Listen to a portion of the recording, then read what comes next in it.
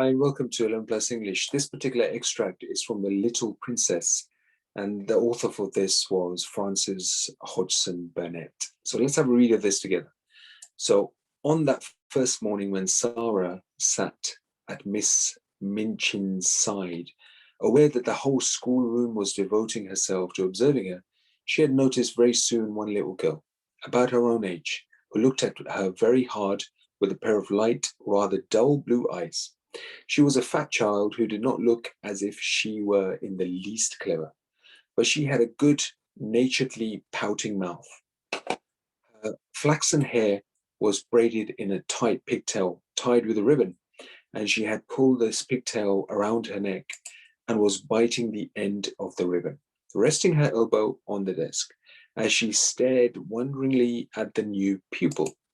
When Monsieur Dufarge began to speak to Sarah, she looked a little frightened, and when Sarah stepped forward and looked at him with the innocent, appealing eyes, answered him without any warning in French, the fat little girl gave a startled jump and grew quite red in her awed amazement.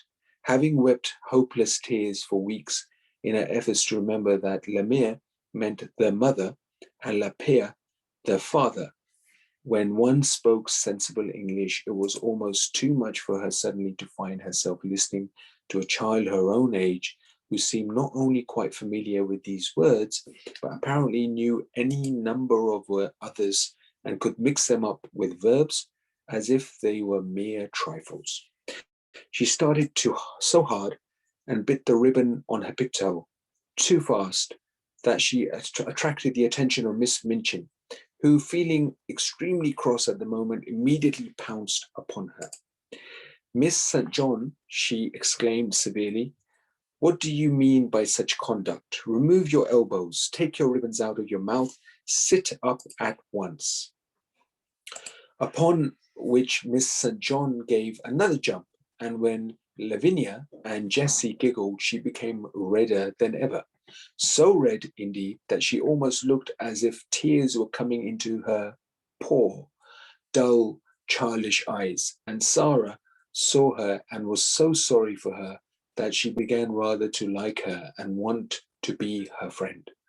It was a way of hers always to want to spring into any fray in which someone was made uncomfortable or happy.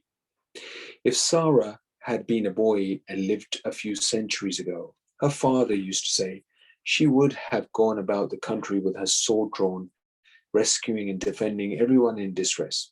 She always wants to fight when she sees people in trouble. So she took rather a fancy to fat, slow little Miss St. John and kept glancing towards her through the morning. She saw that lessons were so no easy matter